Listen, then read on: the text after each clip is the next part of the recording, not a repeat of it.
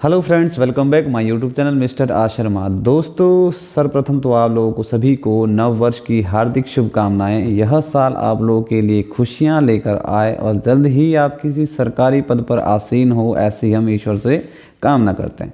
तो दोस्तों, हम आप लोगों के लिए हिंदी व्याकरण की एक सीरीज़ लेकर आए थे, जिसमें कुछ दिनों से वीडियो अपलोड नहीं कर पा रहा हूँ।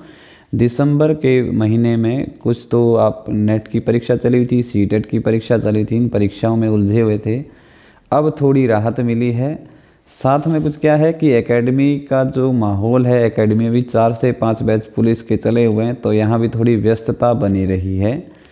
अब सारे बैचेस ठीक से चल पड़े हैं, टाइम टेबल बन चुका है, सिलेबस इनका चल रहा है, तो अब थोड़ा टाइम मैनेजमेंट हो चुका है। अब आप लोगों के साथ हम रूबरू होते रहेंगे। और साथ में आपको मैं बता दूं, जब तक यह पुलिस कांस्टेबल का जो रिटन है, उसकी जो लिखित परीक्षा है, जब तक होनी है, उससे पहले हम हिंदी व्याकरण के जो महत्वपूर्ण टॉपिक है, इन टॉपिकों पर बात भी कर लेंगे और पूरे लेक्चर आपको प्रोवाइड भी करवा देंगे।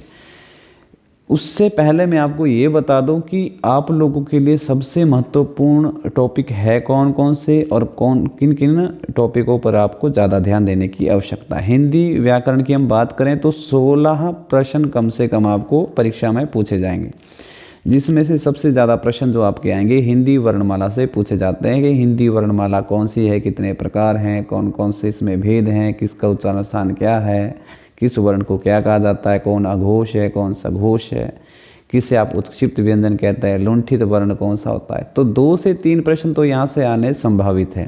उसके बाद जो प्रश्न आते हैं वो आते हैं वर्णों के बाद ही एक टॉपिक आता है आपका संधि। संधि क्या होता है कि इन्हीं वर्णों का मेल होता है और इन वर्णों के मेल से कुछ विकार, कुछ परिवर्तन आते हैं, उन्हें हम संधि कहते हैं। तो कुछ संधि से भी प्रश्न 2 से प्रश्न 2, एक प्रश्न संधि से भी उड़ जाता है। उसके बाद जो सबसे महत्वपूर्ण टॉपिक है आपका वो है शब्द वर्गीकरण। शब्द वर्गीकरण में सबसे पहले आप देखते हैं तत्सम, तद्भव, देशज, विदेशज, मतलब उत्पत्ति के आधार पर जो वर्गीकरण होता है।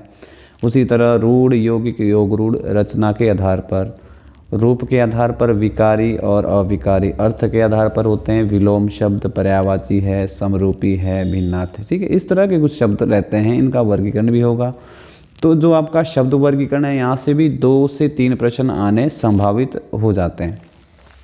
उसके बाद अगर हम बात करें तो जो शब्द है उसका प्रयोग जब वाक्य में किया जाता है तो उसके रूपों में परिवर्तन आ जाता है। तो वो जो परिवर्तन आता है किस आधार पर आता है, वो है आपके लिंग है, वचन है, कारक, काल के आधार पर। ठीक है, तो उन विषयों पर भी हम चर्चा करेंगे और यहाँ से भी 1 से 2 प्रश्न आ जाता है। उसके बाद जो आपका महत्वपूर्ण विषय रहता है वो है वाक्य, जो आपके 2 प्रकार से वर्गीकरण किया जाएगा। एक रचना के आधार पर होगा, दूसरा अर्थ के आधार पर होगा। रचना के आधार पर होते हैं सरल वाक्य, मिश्र वाक्य और संयुक्त वाक्य। अर्थ के आधार पर आपके वाक्य के 8 भेद होते हैं, उस पर भी हम चर्चा करेंगे। तो यहाँ से भी आपके रचना के आधार पर तो पूछा ही जाता है, लेकिन कई बार अर्थ के आधार पर जो 8 वाक्य के भेद होते हैं उनमें से प्रश्न आ जाता है, लेकिन एक प्रश्न वाक्य से आएगा ही आएगा, यह तय है। उसके बाद जो आपसे प्रश्न पूछे जाएंगे वो है लोकोक्ति और मुहावरे से, जिन पर आपको विशेष ध्यान देना है और यहाँ से प्रश्न आएगा ही आएगा। जितना हो सकेगा अगर हम वीडियो बना पाए मुहावरे, लोकोक्ति की कुछ ट्रिक तो क्या बननी है, इसमें तो आपको खुद ही पढ़ना पड़ेगा, याद करना पड़ेगा, इसमें समझाने का कोई लॉजिक नहीं है। लेकिन हो सकता है जो महत्वपूर्ण आपके मुहावरे और लोकोक्तियाँ रहती है उसकी मैं आपको PDF प्रोवाइड करवा सकता हूँ। उसके लिए आपको मेरे टेलीग्राम चैनल पर जाना होगा, वो मैं आपको लिंक इसका डिस्क्रिप्शन में भेज दूँगा। ठीक है, उसके बाद जो आपको टॉपिक देखने हैं वो है आपका रस, छंद, अलंकार और शब्द शक्ति। रस के भेद कितने हैं, कौन कौन से रस हैं, रस के अंग कितने हैं, जो आपके 4 हैं, विभाव, अनुभाव, व्यभिचारी भाव और एक है आपका स्थायी भाव।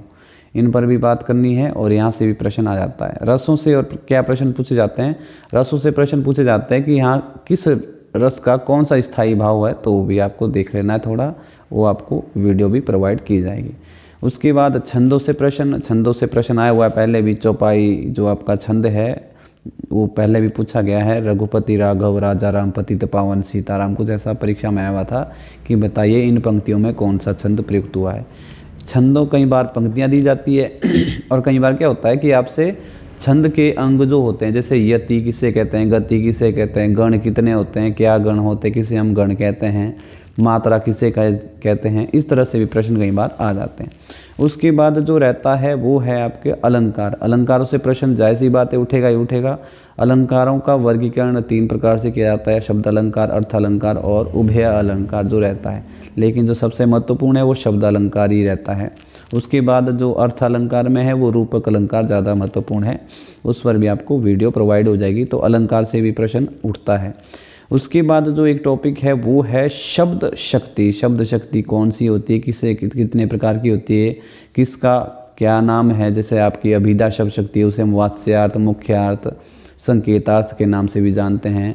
लक्ष्यार्थ, लक्षणा शब्द शक्ति को कहते हैं। व्यंग्यार्थ, व्यंजना शब्द शक्ति को कहते हैं। तो इस तरह से भी आप यहाँ से भी प्रश्न उठ जाता है। तो ये जो सारे टॉपिक मैंने अभी आपको गिनवाए, इन पर आपको सभी वीडियो मिल जाएगी। जब तक ये आपका रिटर्न होगा तब तक हम आपको ये वीडियो प्रोवाइड भी करवा देंगे। साथ का साथ आप लोगों के लिए एक जो टेस्ट सीरीज सी रहती है वो भी आप कोशिश करूँगा कि तब तक बन जाए।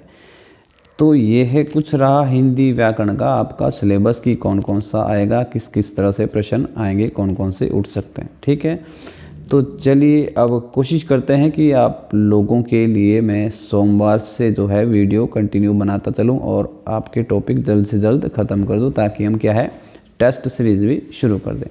तब तक के लिए जय हिंद, जय भारत। बनते रहिए, जुड़ते रहिए मिस्टर आर शर्मा के साथ।